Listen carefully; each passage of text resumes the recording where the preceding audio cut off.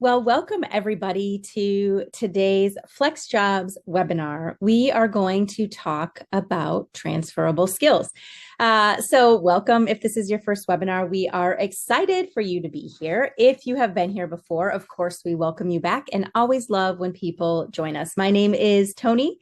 I am one of the career experts here at FlexJobs. And while we're giving everyone a minute to get in and get settled in Big Marker, please go ahead and look for the chat section. And if you'd like to share where you are joining from in the world, we would love to know. We always like to see where people are. And it gives other people just a minute to finish logging in and getting situated into the platform. While people are getting situated and letting us know where they're joining from, a couple pieces of information to know, kind of rules of engagement of the webinar, if you will. We are recording this and we'll be sending you a link to the recording to the email you use to register. You should have that in a few days. We also include the resources. You can grab those now if you like as well.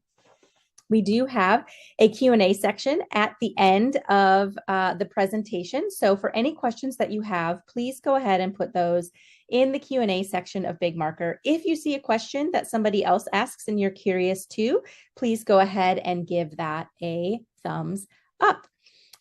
Since we're recording this, if you don't want to take detailed notes, that's fine. I do have a couple of interactive questions in this webinar though. So if you'd like to participate, you may, or you can just note those questions. And when you listen to the recording later or start to dive into the work on transferable skills, you will have a refresher. Just another piece of information, a little note. We have pre-recorded the presentation piece of this webinar, but we are here live. We are here live for the Q&A and look forward to answering your questions on transferable skills. So let's go ahead and dive in.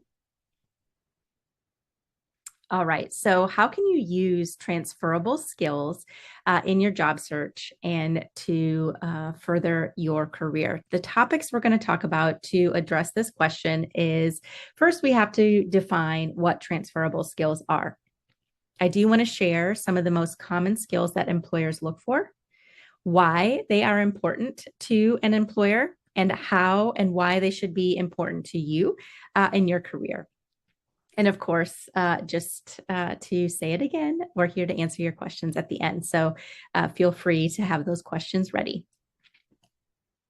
All right. So what are these transferable skills that we are talking about? Transferable skills are skills that are easily transferred to another job or from one job to another. They aren't necessarily industry specific. Employers know that a lot of these skills that candidates have, that employees have, allows them to work, I guess you could look at it like beyond the job description. So it gives a lot of flexibility and adaptability to employers and you, which we'll talk about later. But first, if you'd like to participate in the chat, what do you think are some of the skills that employers look for? What are some of the skills that employers look for in terms of transferable skills? I'll give you guys a second to answer.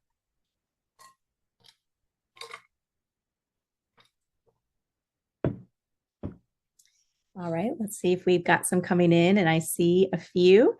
Here we have on this slide the skills that employers like to see from potential candidates and the people that they hire. Some of you have already added these into the chat. Problem solving, communication skills, attention to detail, adaptability, listening, flexibility, teamwork. As I'm reading through these, some of these may sound very familiar to you. A lot of these skills you will see on multiple job descriptions. And that's because employers like these skills in their employees because of the benefits that it brings when an employee has a variety of skills at their disposal. All right, but how do you identify your transferable skills? There are a couple things. We'll go through a couple slides on this, but here there are some key questions that you can ask yourself to sort of brainstorm. And I'm going to give you a minute to kind of jot down some of these as we go through the questions. We're not going to spend a ton of time on this. We're definitely not going to spend the amount of time that you should to go through this. But if you hear these questions and you think of something, go ahead and jot it down or make a mental note. of things that are popping into your mind. What do others say you are good at? For example, people tell me that I'm really good at public speaking, facilitation, and communication. I happen to really like those things as well. So if I were looking for another job, I might do a keyword search for jobs that require public speaking, communication, and facilitation. These are transferable skills that I have that aren't necessarily pinpointed to one job or one industry, but can go across different industries. Another question, what comes easily to you, but other people struggle with? What are your most confident skills? Do people ask you to participate in certain things? Like, what do you get asked to be a part of? Are there any problems you like to solve? And what kind of work feels effortless and or makes you feel alive? These are questions you should spend some time pondering and working on to see if you can identify some of your key transferable skills and lucrative ones, right? Ones that come easily to you that are very easy for you to do. However, sometimes using a tool to help with brainstorming can be helpful. Things like careeronestop.org has many skill matcher assessments. AI tools like Chat GPT, Gemini, Perplexity, and Claude. There's so many more. These are just a few that I named off the top of my head. But you can give it a prompt. And I did this to prepare for this webinar. What transferable skills does an accountant have? Now, if you're not an accountant, that's not going to work, but you could say, what transferable skills does a writer, does a psychiatrist, does a marketing executive, does a sales manager have? Whatever your job title is, you can ask one of the AI tools for some additional information to do some brainstorming. When I asked about the accountant and transferable skills, the answer that I got was there were many skills. Some key skills were analytical, attention to detail, and communication. So then I was able to use these words in the FlexJobs database to explore job search results and identify jobs that required these skills but had various job titles other than accountant. Things like implementation specialist, analyst roles, product manager, executive assistant, and learning consultant. Now, if I was just searching with the job title accountant, because that's what I was or am, I would have not had these different jobs in different industries show up in my search results. And using transferable skills as keywords in your job search can really lead to some key opportunities that you may not otherwise see. So let's take an example of an implementation specialist role that came up in a job search result when I was using the key skills of analytical, attention to detail, and communication. Of course, on the right-hand side on the essential duties, you can see attention to detail, communication, and analytical as transferable skills in 3 of the listed bullets. However, if you look at the rest of the bullets, you can identify at least 5 more of the transferable skills we talked about earlier: leadership, teamwork, problem solving, project management, and relationship building. Knowing that these are key skills on this job description, plus the skills you already have, these can be the building blocks of your resume, cover letter, and interview preparation. All right, so let's talk about your resume specifically. How do you show transferable skills on your resume? You can see that I've added a skills section here, and the skills section has key skills like analytical, critical thinking, written and verbal communication, other skills like problem solving, customer service, other skills that you have that may not be the transferable skills from the job description. This is one way to highlight that. And then on the top right of the slide, these are some examples of how you could start a bullet on your work experience section that uses action verbs and also transferable skills. Drive and influence projects, efficiently solve critical technology bugs by, doing whatever it is you do, communicates directly with, so you could highlight transferable skills like communicates, critical thinking, and project management in that first bullet. So these are some ideas on how you can translate your transferable skills, actually illustrates a better word, illustrate your transferable skills on your resume when you are applying to jobs. Now, of course, it's important to know, why does this matter exactly? Well, it matters for two reasons. First, there is a huge employer appeal to hiring employees with people that have critical transferable skills, because it lets employers know you will be able to tap into your skill set to complete your work and even expand your scope when it's time. If you are a really good problem solver, that gives an employer confidence that when there's a hiccup, when a project isn't going the way it should, when the technology goes out or something along those lines, they know you are going to be able to problem solve and overcome whatever the issue is to continue to deliver the results that are required in your role. This also gives employers many more tools to utilize when they're doing planning and making decisions about key company objectives. So if your manager is thinking about projects that they have upcoming in a specific quarter, and your manager knows that you are really adaptable and flexible, they may lean into you for a specific project, and they may know they have the manpower to be able to complete it. Having these transferable skills increases your agility. You can adapt quickly to changing market conditions, and it makes you a valuable asset in a dynamic work environment, which employers need. Again, it can also help them do things like bridge skill gaps. Companies might not have all the skills they need represented in their employees, but if they're facing a skills shortage, your transferable skills can help fill in some of those crucial gaps. And that's something that employers really appreciate. Now, the other reason that it matters is because of you and your career. You can apply your transferable skills to new challenges. You can apply transferable skills to a more senior role if you get promoted. You can apply your transferable skills to get a career change or pivot under your belt and to find a new job. Basically, transferable skills really enhance your versatility. They allow you to adapt to different roles, even different industries. And again, this is going to be appealing to people across the job market, not just in your one area, which essentially improves your job prospects. Even without having perfect experience, transferable skills can increase your chances of getting a job because you've been able to demonstrate your adaptability and versatility. I'm willing to bet, if I asked you, do you know anybody who was able to get a job when they weren't fully qualified or did not meet 100% of the requirements? This is something that's often misunderstood.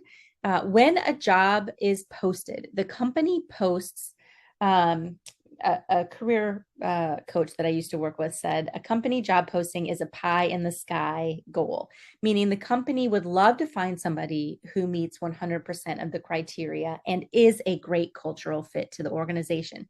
They also know that that's not really realistic. You do not need to meet 100% of the criteria of a job that you are applying for to apply, if you will. 60% or more, and your job is to highlight the skills you do have, illustrate the transferable skills that you have to make the case that you are the right fit for the role. So that's what you need to do with your transferable skills. In addition, transferable skills, if you've got transferable skills, you can often be more efficient and effective across different roles, which can lead to increased productivity. And your transferable skills can promote collaboration, particularly if you're really good at teamwork and communication. This gives you an enhanced ability to work effectively with others, which is good for everybody on the team and in the organization. It's really a win-win all around. Finally, I just want to point out that having these transferable skills, these are yours to keep, No one can take them from you. You can develop them all throughout your career, which really, if you look at them like ongoing professional development and ways to adapt to new challenges, this is something that can really give you a leg up on the competition because you've got such a versatile and strong skill set. So thinking about just focusing on developing and highlighting your transferable skills will allow you to create more opportunities for you in your career and in turn for employers. It also helps you navigate this job market with greater confidence and success. All right, so what do you need to do moving forward? First, you need to know and understand the key transferable skills that employers are looking for. You could even get more specific and identify those skills within your industry or area of expertise. Then you want to identify your specific skills so that you can execute on illustrating them in your conversations, in interviews, on your cover letter, and on your resume. And finally, take those skills with confidence to any interaction you have with a potential new employer or for a potential new opportunity. They are yours to keep and yours to leverage as you are moving along in your career. All right, as promised, we are going to go to questions in just a minute, but I do want to remind you again that you will get a copy of this recording shortly and the resources presented in the email that you use to register for today. But if you need any more resources, tips, or tricks on your job search or any topic in regard to your career, please check out the FlexJobs.com blog. We have so many thousands of articles that you could use as resources to help you along the way. We always appreciate you joining us. So let's go ahead and see what questions we have. I'm going to look in the Q&A section. So please put any additional questions in the Q&A section rather than the chat section. And let's go ahead and get started.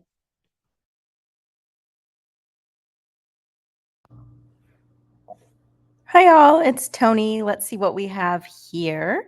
First question, is there going to be a virtual job fair coming up? We do not have one on the calendar. No.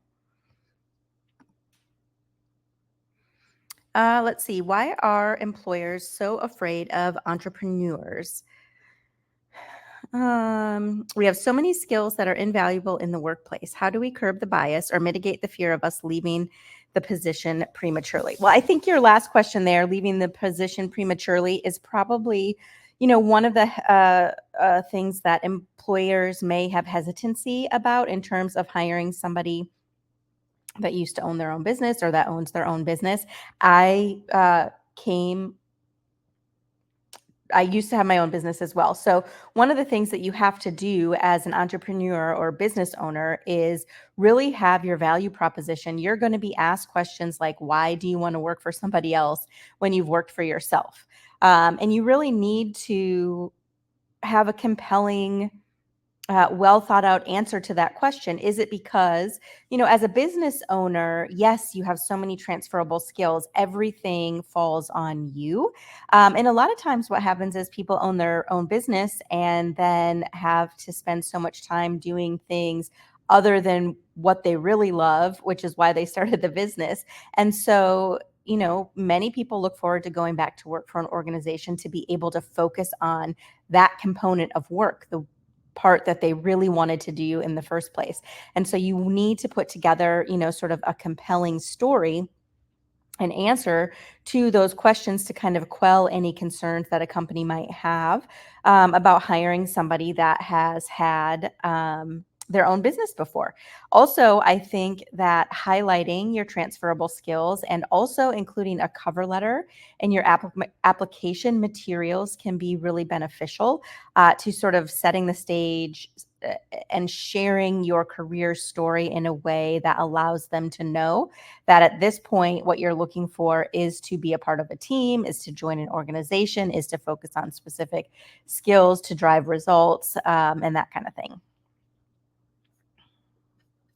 Let's see. I usually see even entry-level job descriptions requiring industry-specific knowledge, hard skills, specific software experience, etc., in ways that appear to be part of the core function of the job. Are there good strategies for identifying which required skills are must-haves and when a company might be willing to train us if we have the right transferable skills to help us decide if it's worth our time to apply? So I think that the I don't want to say the easiest way, maybe the best way, or what I would do if I were you. It seems like whatever industry you're in does require some level of software experience or specific hard skills. I would canvas, maybe 10 job descriptions.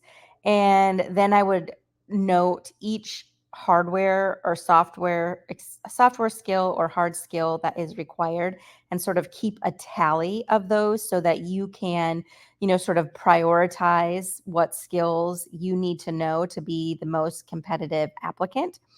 Um, again, you don't have to have all of the requirements to be a competitive applicant for the role. Now, if you are in an IT field and you need to do programming and there's specific programming languages listed in the job description, that's different. You do need to know those probably to be a competitive applicant. But otherwise, if it's a CRM tool like Salesforce or HubSpot, and a different CRM tool, that's certainly a transferable skill, and you can, let them know that you are open to learning new technologies, capable of learning new technologies, and willing to, and the learning curve is, short for those types of things. That's what I would do there. You could also, try and Google. It's sometimes hard to find an answer to the question, will the company train me? Sometimes it's in the job description, but not very often. And so you might be able to Google that to see if you can get any further information.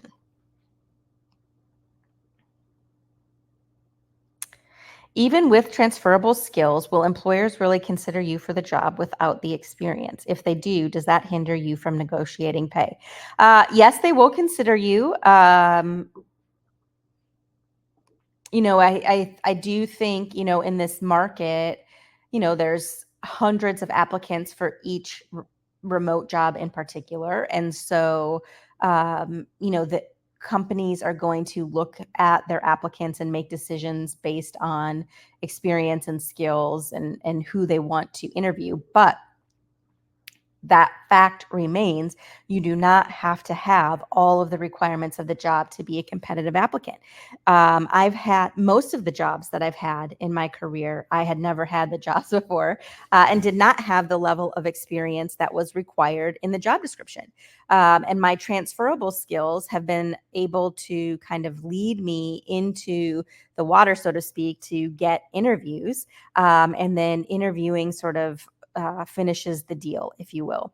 It should not really hinder you from negotiating your pay. Now, you may look at the range, or if you know what the range is, you might be able to, if they offer you something lower than the highest level of the range, and that's still acceptable to you, you probably can negotiate reevaluating after 30, 60, or 90 days. Probably 90 days is something that you might be able to do, and that can work really nicely for you.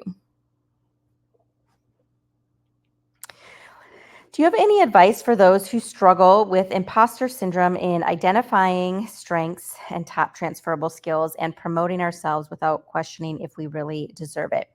Yeah, I think imposter syndrome is something that impacts and affects all of us at one point or another. We actually do have a webinar on that. You can probably dig it up in our past events. It is something that's a little bit tricky, and it creeps in, particularly, I think, as job seekers, because there is so much work involved in applying for jobs. And a lot of times, we're not hearing back from employers at the rate at which we feel like we should, because we're highly capable of doing the work that we apply for. So I think that going through some of those questions that were early in the presentation, like, what do you know you are really good at? What do you do, or what kinds of things are you doing when you feel energized? What do other people tell you you're good at? Like those are good, solid questions for you to start and contemplate to determine, your top skills. You could even go back into things like previous performance reviews, any feedback that you've gotten from coworkers, to help you kind of identify what other people have noticed about your work and the things that you do. And, I think just really looking at the results that you've had for the work that you've done is a way to identify some of those strengths that you definitely do have. I do think too, the mindset is so important here. Um, you know, a lot of times it's hard for people to, a lot of people call it bragging about themselves when they're writing their resume or talking in an interview. That's not really what it is. I mean, you're showing what you can do and what you are capable of. And the mindset of telling yourself that you do indeed deserve it and you're capable and you are the best candidate, especially when you're getting interviewed, is really important. So I think mindset does have a lot to do with it. If you need to have a journal, if you need to do like a gratitude practice every day, all those two things can be really key in helping you make sure that you stay on track and in the right mindset to meet your goals. What tech program are you seeing that are in high demand in the job skills? This varies across industries. You've got to have a good understanding of what industry you are in and what the programs used in that industry are most common. So I think perusing job descriptions and taking note of the tech programs that are mentioned in job descriptions can be very helpful. I think for remote work, it's important that you know digital communication tools. It's important that you know like document management tools like Google Workspace, Microsoft Office, or Microsoft 360, Dropbox, those types of things. Also, video conferencing platforms like Zoom or Big Marker. Those are all things that can be really beneficial as well. So your best bet to identify specifics will be looking at job descriptions within your area, so you can get the specifics essentially. How to get past AI scanners. I have been tailoring cover letter and resume to use keywords, but still cricket sounds.